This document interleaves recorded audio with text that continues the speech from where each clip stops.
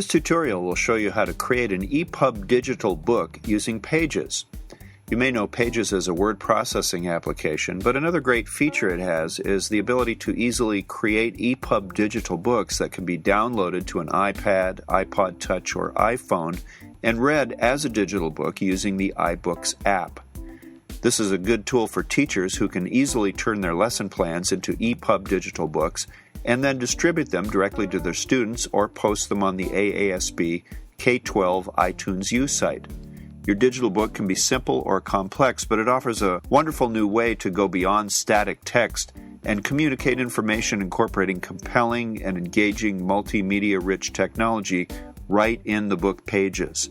Some elements that you can include in an ePub digital book are text, photos, video, audio, and hyperlinks to web content. A couple of things to keep in mind when creating an ePub digital book are first, that documents created using the regular Pages layout templates you may be familiar with cannot be exported to the ePub format.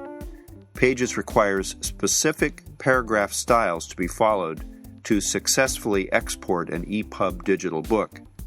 Secondly, digital books created in Pages cannot be read on a computer. To read your ePub document, it first must be transferred to a mobile device such as an iPad. Then, using the iBooks app, you can read the ePub file as a digital book on the iPad. A sample document is provided on the CDL website at the address on your screen that includes paragraph styles and other formatting attributes optimized for export to the ePub format. You will need to download the sample document and use it as a template to create your own document by replacing the text and other content with your own. To prepare your digital lesson plan for posting on the AASB K-12 iTunes U site, the following elements will need to be included. First, a title page with the title of the lesson plan, the author, and any graphics or photos to illustrate it. Next, a table of contents showing the chapters and sections of the books. Next, an introduction providing a brief summary of the unit that also includes standards and GLEs. Then, a brief bulleted list of objectives for the lesson, and a resources page with resources embedded within the document. These resources can include text, photos, video, audio, and hyperlinks to additional web content. Formative and summative assessments should be included, and finally, copyright language. In preparation for creating your ePub digital book, first, assemble all photos and movies to be included in the document in an iPhoto folder.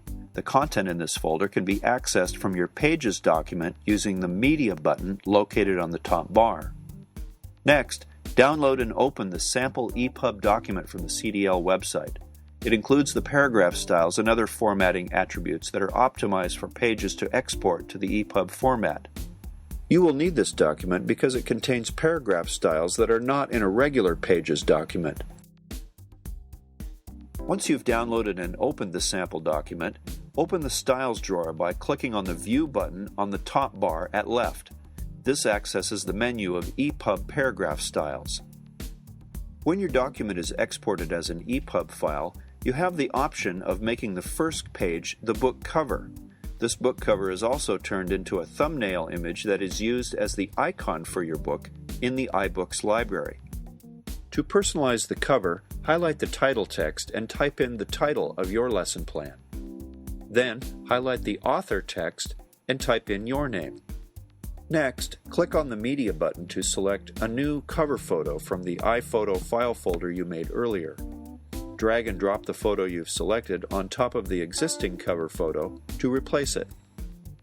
The background color of the cover page can be changed by clicking on the background, clicking on the Inspector button, clicking on the Color Fill button, and selecting a new color. When preparing a Pages document to be exported in ePub format, all elements must be inline, not floating. The only exception to this rule is the background color on the cover page.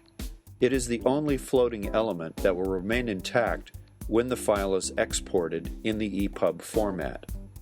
On page 2, a table of contents will automatically be generated, allowing readers to jump quickly to any chapter title, heading, or subheading in the book. To achieve this, ePub paragraph styles must be correctly applied to all text within the document. On page 3, highlighting the chapter, heading, or body text in the document highlights the paragraph styles of each type of text in the Style drawer. Replace the text in the sample document with text from your lesson plan, and use the paragraph styles in the Style drawer to format your text. If you're copying and pasting text from another document, it will save you time to use the Edit menu command Paste and Match Style. Be sure to use the correct paragraph styles for your chapter names, headings, and subheadings, as this is necessary for the auto-generation of the table of contents. To insert a multimedia file, place the blinking cursor where you'd like it to go. Then, click on the Media button, select a file from the menu, drag it into the document, and place it over the blinking cursor. The file will appear where the cursor was placed, and a blue line will indicate where the file is locked to. Make sure the Inline button is selected in the menu bar. It's important to remember that all multimedia files must be placed in line rather than floating. That way, as the text changes size, the media will flow right along with it. To adjust the size of the multimedia file, click and drag the bottom right corner of the adjustment box to the size you want. To position it, click on the file to select it. The text may not wrap around the file the way you'd like, but there are some limited options for positioning it. On the top bar, you can select the drop-down menu just to the right of the inline and floating buttons, which gives you 3 options, left, right, and center, for positioning the file on the page. Or you can click on the inspector and use the Wrap Inspector tool, which has a similar set of options. Using these tools, you can experiment to position the file where you'd like it on the page. Remember, all media files placed within the document must be set to inline, not floating. To add a hyperlink, select the text you'd like to appear as the link, click the Link tool in the inspector, and paste in your URL. Once you've updated all media files to be inline and ensured that all of the text in your document matches the paragraph styles, return to page 2, the table of contents, and click on the text once. This will update the table of contents to match the information you've changed in the document. Once you've saved your document, from the File menu choose Export and click on the ePub icon. Fill in the title and author boxes, and in the genre box, type K-12 Education. Check the box that says Use First Page as Book Cover Page and click Next. A pop-up screen will appear saying that floating objects aren't supported by the ePub format. This screen may be alerting you that there is a floating object on the title page. If you're confident that there are no other floating objects within the document, you can ignore this screen. You can now name your ePub file and export it to the desktop. Your ePub digital book is now ready to be shared, posted, or sent to an iPad. It cannot be viewed on a computer.